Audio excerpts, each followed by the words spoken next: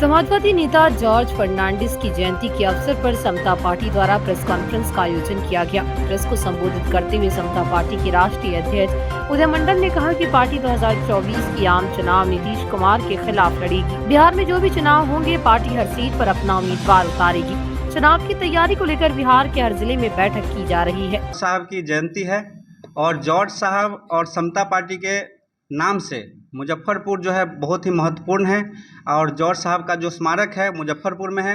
हम लोग आदरणीय जॉर्ज साहब के स्मारक पर जाकर माल्यार्पण करेंगे और यहीं से माननीय मुख्यमंत्री श्री नीतीश कुमार जी के खिलाफ चुनाव लड़ने की घोषणा करते हैं, क्योंकि यह पार्टी कभी समता पार्टी के संस्थापक रहे हैं नीतीश कुमार जी और आज समता अपने सिद्धांतों से समझौता कर चुके हैं और इसीलिए हम लोग माननीय मुख्यमंत्री जी के खिलाफ आगामी चुनाव की घोषणा करते हैं। समता पार्टी उनके खिलाफ चुनाव लड़ेगी। क्या रणनीति रहेगी, किस उद्देश्य? देखिए, सबसे पहले है कि यहाँ पर बिहार की जो स्थिति है अत्यंत दयनीय है।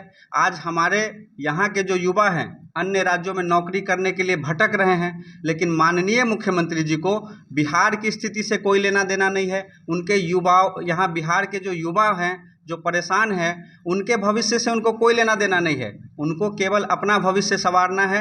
और आज देखिए कि माननीय मुख्यमंत्री जी जिसका विरोध करते रहे, जिस जंगल राज का विरोध करते रहे, उन्होंने समता पार्टी बनाई, उसके बाद जनता दल यूनाइटेड बनाए। आज देखिए फिर उन्हीं के गोद में जा कर के बैठ गए हैं और ये कहीं ना कहीं हम सब के लिए दुर्भाग्यपूर्ण है। और समता पार्टी फिर से मशाल लेकर पूरे बिहार में घूमने का काम करेगी और एक बार फिर से हम लोग परिवर्तन देने का काम करेंगे। जॉर्ज फर्नांडिस की जयंती भी अवसर को लेकर क्या? देखिए, जॉर्ज साहब तो पूरे देश के नेता हैं, वो किसी पार्टी के नहीं हैं, वो इस सबसे परे हैं।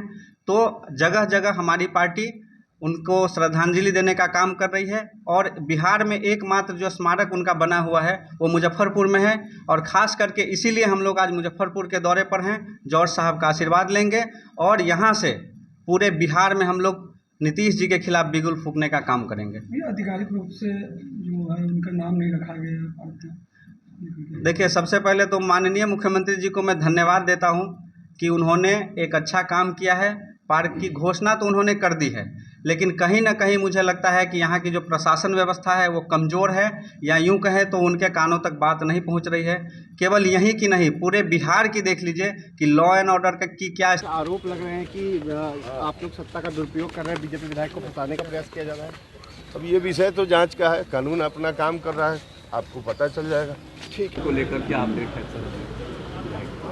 उसके बारे में हम लोगों को वारंट अभी प्राप्त हुआ है माननीय विधायक जी के अगेंस्ट में और हम लोगों की छापेमारी लगातार चल रही है और जैसा भी आगे इसमें होगा आप लोगों को अवगत करा दिया है। गिरफ्तारी वारंट जारी हो चुका है?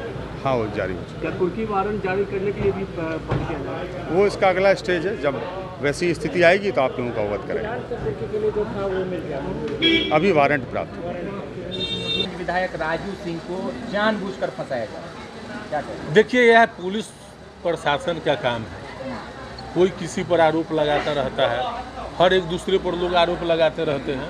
ये पुलिस प्रशासन का काम है, उसको सच्चाई दिखना, वो जांच में जो सही पाते हैं वो करेंगे।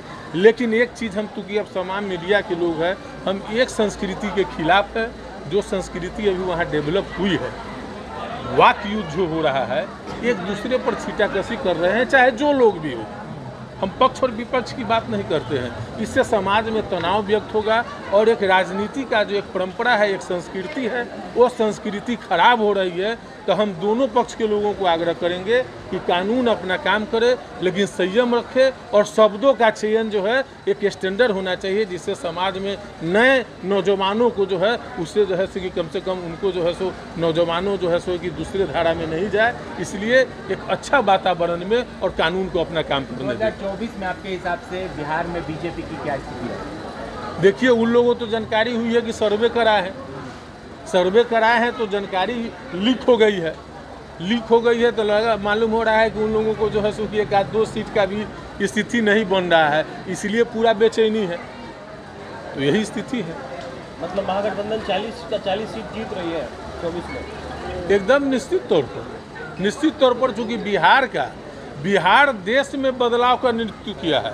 बिहार महात्मा गांधी जी को राष्ट्रपिता बनाया है जयप्रकाश लोहिया जी के भी आंदोलन को बिहार ने ही जैसे कि रूपरेखा तय किया है और बिहार इतना धरती ऊर्जवान है और यहाँ का माननीय मुख्यमंत्री श्री नीतीश कुमार जी और उप मुख्यमंत्री युवाओं के आन बान शान श्री तेजस्वी प्रसाद यादव जी जिस तरीके से पूरे देश के लोगों से मिल रहे हैं, विपक्ष के नेताओं से मिल रहे हैं, मुझे लगता है कुंची कि बिहार की भूमिका इस 24 में बदलाव का सबसे अग्रणी होगा।